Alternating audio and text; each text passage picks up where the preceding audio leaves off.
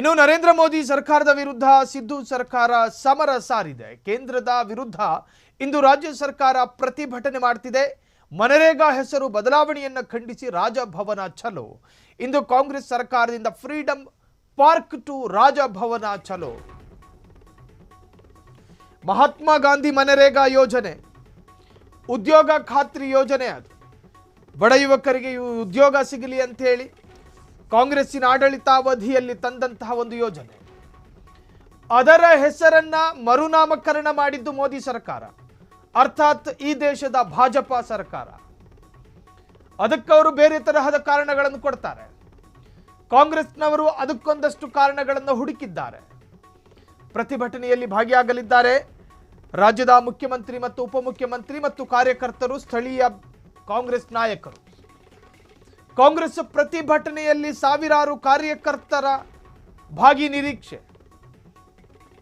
ಮೋದಿ ಸರ್ಕಾರದ ವಿರುದ್ಧ ನೇರ ಸಮರ ಇದು. ಸಂಘ ಪರಿವಾರದ ನಾಯಕರುಗಳ ಹೆಸರುಗಳನ್ನ ಹೋಲುವ ಹೆಸರುಗಳನ್ನ ಆ ಒಂದು ಯೋಜನೆಯ ಹೆಸರಿಗೆ ಮರುನಾಮಕರಣ ಮಾಡಲಾಗಿದೆ. ಎಲ್ಲವೂ ಜಿನೇ ಬರುತ್ತೆ. ಮೋದಿಜಿ, ಅಮಿತ್ ಶಾಜಿ, ನಡ್ಡಾಜಿ ಅಂತ ಕರೆದಂಗೆ ಇದನ್ನು ಕೂಡ ಅದೇ ಹೆಸರಿನಲ್ಲಿ ಕರೆದಿದ್ದಾರೆ. ಇದು ಕಾಂಗ್ರೆಸ್ಸಿನ ಕೆಂಗಣ್ಣಿ ಗುರಿ ಆಯಿತು. ಮಾತ್ರವಲ್ಲ, ಈ ಯೋಜನೆಯಲ್ಲಿ ನಾನಾ ಪರಿಷ್ಕರಣೆಗಳಾಗಿದೆ. ಪರಿಷ್ಕರಣೆ ಅಂದರೆ ತಿದ್ದುಪಡಿಗಳಾಗಿದ್ದಾವೆ. ಮಹಾತ್ಮ ಗಾಂಧಿ ಮನರೇಗಾ ಯೋಜನೆಯನ್ನ ಜಾರಿ ಮಾಡುವಾಗ ಅದಕ್ಕೆ ಮಾನದಂಡವಾಗಿ ತಯಾರಿಸಲ್ಪಟ್ಟ ಪ್ರಣಾಳಿಕೆ, ಈ ಯೋಜನೆಯ ಅಡಿಯಲ್ಲಿ ಯಾರ್ಯಾರಿಗೆ ಏನು ಸಿಗಬೇಕು ಮತ್ತು ಈ ಯೋಜನೆ ಯಾರಿಗೆ ಅರ್ಹರು, ಇದಕ್ಕೆ ಯಾರು ಡಿಸರ್ವ್ಡ್, ಇವೆಲ್ಲವೂ ಕೂಡ ಒಂದು ಪಟ್ಟಿ ಇತ್ತು. ಆದರೆ ಈ ಯೋಜನೆಯಲ್ಲಿ ಅದ್ಯಾವುದೂ ಕೂಡ ಇಲ್ಲ ಅಂತ ಹೇಳಿ ಕಾಂಗ್ರೆಸ್ ಆರೋಪ ಮಾಡ್ತಾ ಇದೆ. ಈಗಾಗಲೇ ಆ ಮರುನಾಮಕರಣ ರಾಷ್ಟ್ರಪತಿಯಿಂದ ಅಂಕಿತ ಸಿಕ್ಕಿ ಅದೀಗೊಂದು ಮಸೂದೆಯಾಗಿ ಜಾರಿಯಾಗಿದೆ. ಅದನ್ನೀಗ ಸದ್ಯಕ್ಕೆ ಕಾನೂನಿನಲ್ಲಿ ಬದಲಾವಣೆ ತರುವಂತಹ ಯಾವ ಪ್ರಕ್ರಿಯೆಗಳು ಕೂಡ ನಡೆಯಲಾರದು. ಸರಿ, ಇನ್ನು ರಾಷ್ಟ್ರಪತಿಯ ಅಂಕಿತದಿಂದ ಜಾರಿಯಾಗಿರ್ತಕ್ಕಂತಹ ಈ ವಿಚಾರ ಮೊನ್ನೆ ದಿನ ಸದನದಲ್ಲಿ ರಾಜ್ಯಪಾಲರು ಸರ್ಕಾರ ಕೊಟ್ಟಂತಹ ಭಾಷಣವನ್ನು ಓದದೆ ನಿರಾಕರಿಸಿದ್ರಲ್ಲ, ಆ ಭಾಷಣದ ಪ್ರತಿಯಲ್ಲೂ ಕೂಡ ಇದು ಉಲ್ಲೇಖ ಇತ್ತು. ಇನ್ನು ರಾಜ್ಯಪಾಲರು ರಾಷ್ಟ್ರಪತಿಯ ವ್ಯಾಪ್ತಿಗೆ ಬರ್ತಾರೆ.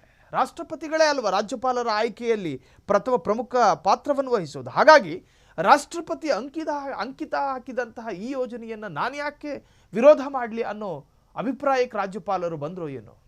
ಅವತ್ತಿನ ದಿನ ಅದನ್ನು ತಿರಸ್ಕಾರ ಮಾಡಿದ್ರು. ಈ ಎಲ್ಲವನ್ನೂ ಒಳಗೊಂಡು ಇವತ್ತು ಕಾಂಗ್ರೆಸ್ ಪ್ರತಿಭಟನೆಯನ್ನು ಮಾಡ್ತಾ ಇದೆ. ರಾಜಭವನ ಚಲೋ ಅನ್ನುವಂತಹ ಪ್ರತಿಭಟನೆ ಮುತ್ತಿಗೆ ಹಾಕ್ತೀವಿ ಅಂತ ಹೇಳಿದ್ರು DCM D K Shivakumar.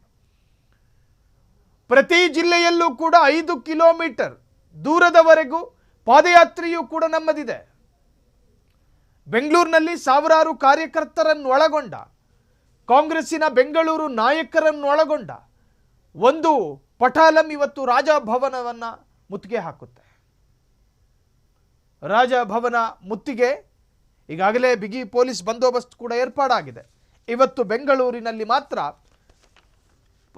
Freedom park to ರಾಜಭವನ ಚಲೋಗೆ ಈಗಾಗಲೇ DCM D K Shivakumar, CM ಸಿದ್ದರಾಮಯ್ಯನವರು, ಸ್ಥಳೀಯ ಕಾಂಗ್ರೆಸ್ನ ನಾಯಕರು, ಸಾವಿರಾರು ಕಾರ್ಯಕರ್ತರು ಕೂಡ ಭಾಗಿಯಾಗುವ ನಿರೀಕ್ಷೆಗಳನ್ನು ಕೂಡ ವ್ಯಕ್ತಪಡಿಸಲಾಗಿದೆ. ಕ್ಷಣ ಕ್ಷಣದ ಸುದ್ದಿಗಳಿಗಾಗಿ ಫ್ರೀಡಂ ಟಿವಿ ಸಬ್ಸ್ಕ್ರೈಬ್ ಮಾಡಿ, ಲೈಕ್ ಮಾಡಿ ಹಾಗೂ ಫಾಲೋ ಮಾಡಿ. ಹೊಸ ಸುದ್ದಿಗಳ ನೋಟಿಫಿಕೇಶನ್ಗಾಗಿ ಬೆಲ್ ಐಕಾನ್ ಮೇಲೆ ಕ್ಲಿಕ್ ಮಾಡಿ.